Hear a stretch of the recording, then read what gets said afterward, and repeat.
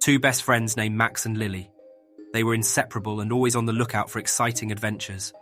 One rainy Friday evening, they found themselves huddled in Lily's room, brainstorming ways to spice up their weekend. "Hey Max, I've got an idea," Lily exclaimed, her eyes gleaming mischievously. "Let's try something thrilling and mysterious. How about playing with an Ouija board?" Max's eyebrows shot up in surprise. "Are you serious? You know those things are creepy, right? They say you can communicate with spirits and stuff." Lily waved off Max's concerns with a dismissive flick of her hand. "Oh, come on, Max. Don't be such a scaredy cat. It'll be fun. We'll just ask silly questions and see what happens." Reluctantly, Max agreed, intrigued by the thrill of the unknown. They rummaged through Lily's closet until they found an old Ouija board gathering dust. Excitement filled the room as they set it up on a small table, dimmed the lights, and lit a couple of candles for an extra spooky atmosphere.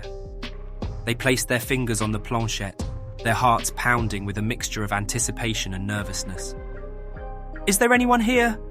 Lily called out, her voice slightly trembling. For a few moments, nothing happened. Then, as if by some unseen force, the planchette began to move. Max and Lily exchanged wide-eyed glances, unsure if they were causing the movement or if something else was at play. "What's your name?" Max asked, his voice quivering with a mix of fear and curiosity. The planchette spelled out the letters one by one, forming a name, S-A-M. "Sam? Are you a friendly spirit?" Lily asked, her voice quavering. The planchette moved again, this time spelling out a resounding, "No." A chill ran down their spines as they exchanged alarmed glances. "Maybe we should stop," Max suggested, his voice filled with concern. But Lily was determined to push forward, fueled by a mixture of adrenaline and curiosity. "No way, Max. Let's ask it one more question. What's the scariest thing that's ever happened to you?" The planchette jerked violently, moving with an intensity that made their hearts race. The word it spelled out sent shivers down their spines. F-I-R-E. Suddenly, a gust of wind blew through the room, extinguishing the candles. Darkness engulfed them, and panic swelled within their chests. The atmosphere grew heavy, and they could feel a malevolent presence lurking in the shadows. With trembling hands, they fumbled for the light switch, illuminating the room once more. To their horror, they discovered scorch marks on the table and the Ouija board. The room smelled of smoke, though there was no sign of a fire. Terrified and realizing the gravity of their mistake, Max and Lily vowed never to play with the Ouija board again. But the events of that night haunted them, lingering in their minds like a ghostly presence. Strange occurrences began to unfold around them. Objects moved inexplicably, whispers echoed through empty hallways, and nightmares plagued their sleep. They had unwittingly awakened something dark and powerful. Determined to find a solution, Max and Lily sought the help of a paranormal expert.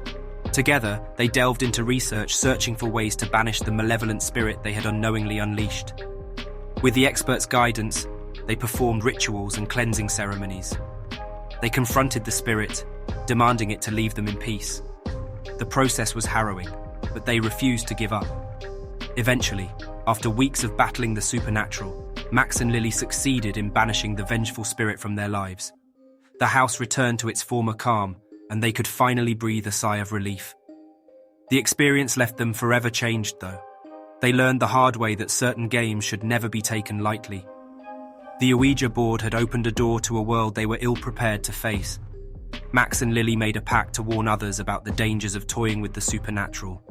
They shared their story with friends, family, and anyone willing to listen. Their tale became a cautionary one, reminding everyone that sometimes it's better to leave the mysteries of the unknown untouched.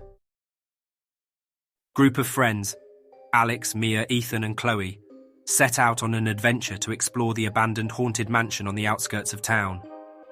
Tales of its eerie history and ghostly encounters had circulated among the teenagers, igniting their curiosity and thirst for adrenaline. With flashlights in hand and nerves tingling, they cautiously approached the decaying mansion. Its broken windows stared back at them like empty eye sockets, and the overgrown vines whispered secrets of the past. Alex, the bold and fearless leader of the group, pushed open the creaking front door.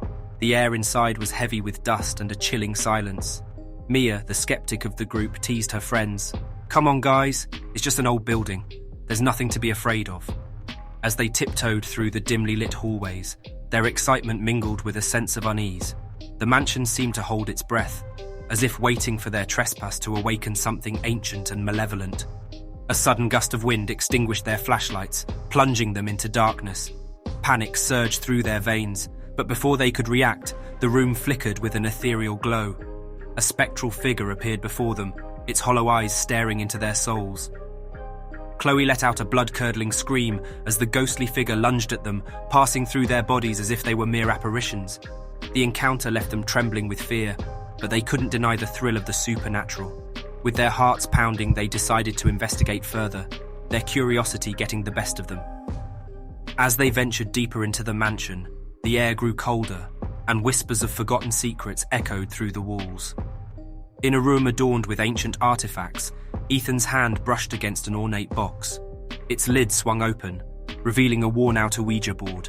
Excitement and trepidation filled the room as they gathered around the board, their fingertips barely touching the planchette. "Mia, since you don't believe in ghosts, why don't you ask a question?" Alex suggested, his voice trembling with a mixture of anticipation and uncertainty. Rolling her eyes, Mia skeptically asked, "Is there anyone here who wishes to communicate with us?" The planchette twitched, then glided across the board, spelling out a single word: "Yes." A shiver ran down their spines, but their curiosity pushed them to continue. They asked the spirit more questions, their fingertips trembling with each response. Hours passed as the night grew deeper, and the room filled with a palpable energy. Suddenly, the planchette darted across the board, moving with a frantic speed.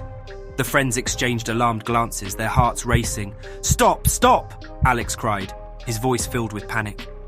But the planchette didn't respond, seemingly controlled by an unseen force.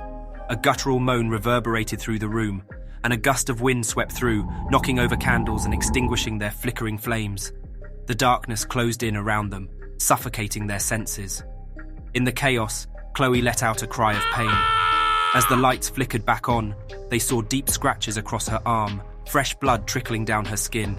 Fear consumed them as they realized they had awakened something far more sinister than they bargained for.